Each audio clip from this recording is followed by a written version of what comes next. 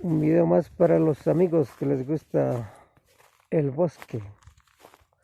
Contemplen estas bellezas que Dios ha hecho crecer.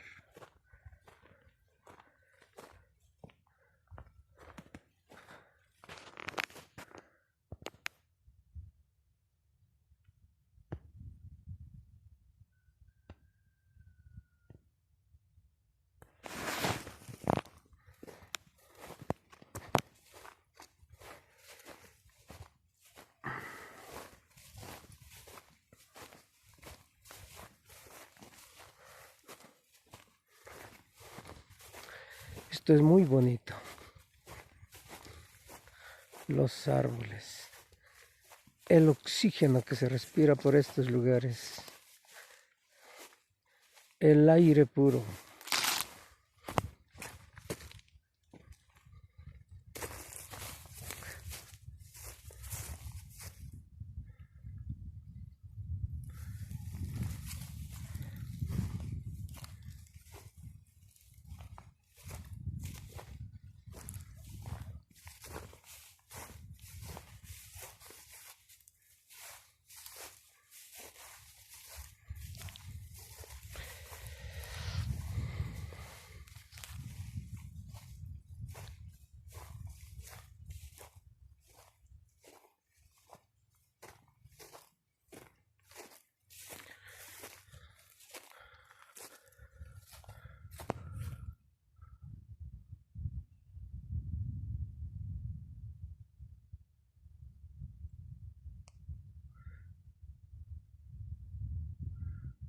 Se puede decir oxígeno al natural.